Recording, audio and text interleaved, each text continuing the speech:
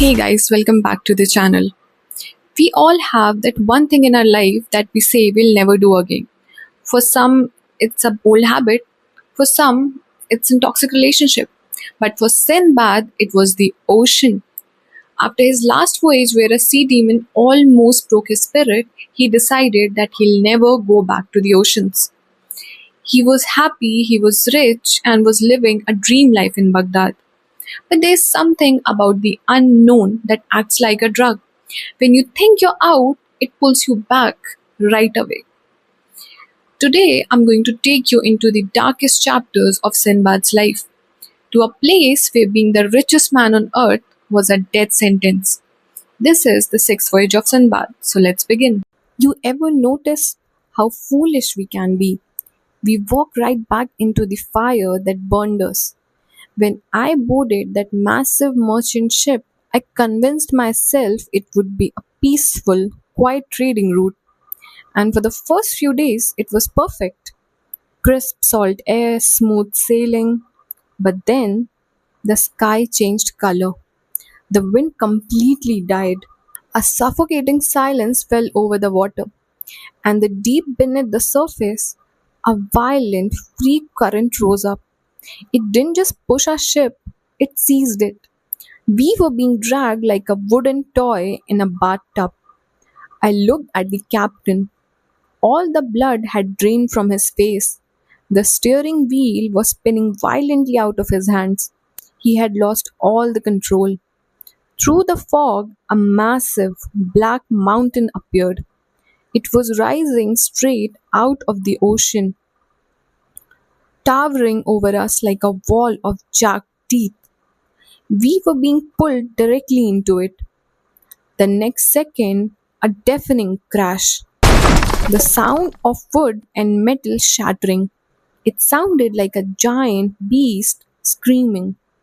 The ship exploded into a million splinters, and I was thrown into the freezing violent waves. I thought my lungs were going to burst. I swallowed so much salt water I blacked out, clinging to a broken piece of the mast. When I finally opened my eyes, my entire body was screaming in pain. I dragged myself up, placing my hands flat on the ground to push up. But the stones digging into my palms, they weren't sand or regular rocks. I looked closer. I was lying on a mountain of raw rubies, emeralds, and diamonds. These crystals were larger than my fist. For a single second, my brain froze. I just had become the wealthiest man to ever walk the earth. But then I looked up, and my blood ran completely cold. This beautiful beach was actually a graveyard. Everywhere I looked, thousands of bleached white bones were tangled in the rotting wooden skeleton of ancient ships. These men had come here to get rich, just like me, and they had died here. Further down the shore, I saw something even stranger. A natural spring was flowing out of the rocks, but it wasn't water. It was a thick yellow liquid, ambergris, the rarest, most expensive perfume ingredient in the ancient world. It was oozing like hot wax, flowing directly into the ocean. And waiting right there is the water where giant sea monsters and whales, their massive mouths open, gulping it down. They circled the island constantly. We couldn't swim out, and the mountain walls behind us were as smooth as glass and went straight up into the clouds. We were trapped. This is the part of the story where the human mind just breaks, a pure psychological horror. We were surrounded by unimaginable wealth. If you picked up a single rock from the ground, you could buy a kingdom. But there wasn't a single piece of fruit on the island, not a single blade of grass. We gathered whatever waterlogged rations had washed ashore from the wreck, and we divided them. But how long would that last? A day? 2 days? I sat on a pile of diamonds, feeling the fire of starvation burning a hole in my stomach. One by one, I had to watch the light fade from my friend's eyes. I watched men I had sailed the world with slowly wither away into nothing, crying from hunger while holding gems the size of apples. It is a terrifying, sick irony. I dug their graves with my bare hands. With every grave I dug, the last bit of my strength faded. Finally, I was the last man standing. The absolute silence of the island was deafening. When I couldn't lift my arms anymore, I dug one final grave. I lay down in the dirt, closed my eyes, and waited for the island to claim me.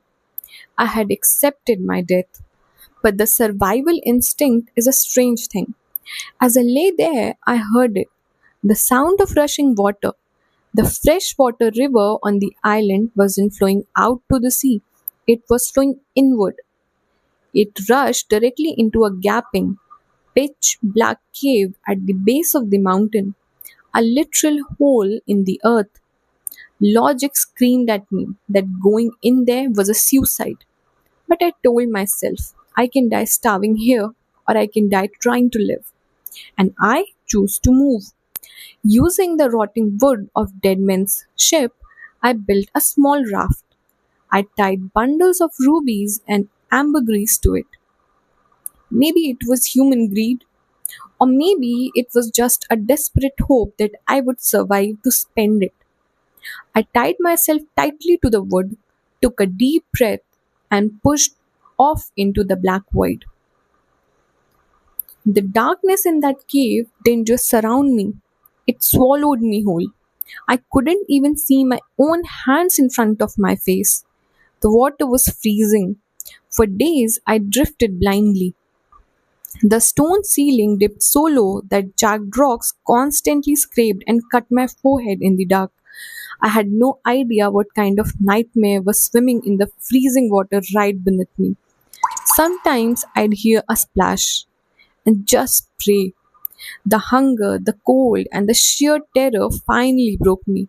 My body gave out and I passed out into the dark. When I finally opened my eyes, I braced myself for the afterlife. But instead, I felt warmth on my face, sunlight. I heard voices speaking a language I didn't recognize. I had not died. The underground river had carried my raft all the way underneath the mountain and spit me out on the other side. I had washed up in a lush, beautiful green valley. The locals found me, untied me, and brought me to their king. I had landed in the legendary kingdom of Serendib, which we know today as Sri Lanka. The king of Serendib was absolutely fascinated.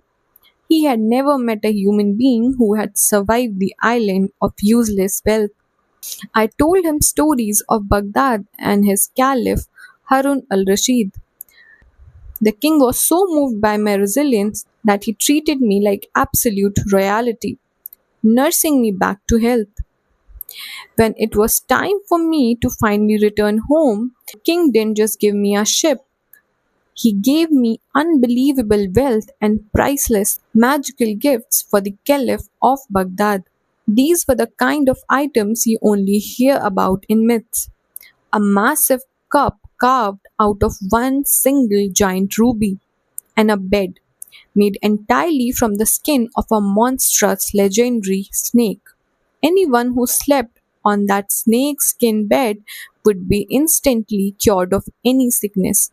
Sindbad sailed back into the Baghdad richer, more famous, and more respected than ever before. He went back to his luxurious palace surrounded by comfort. But we all know the truth by now, don't we? He might be sitting in a palace, but the sound of the ocean is still ringing in his ears. The cold darkness of that cave never really left him.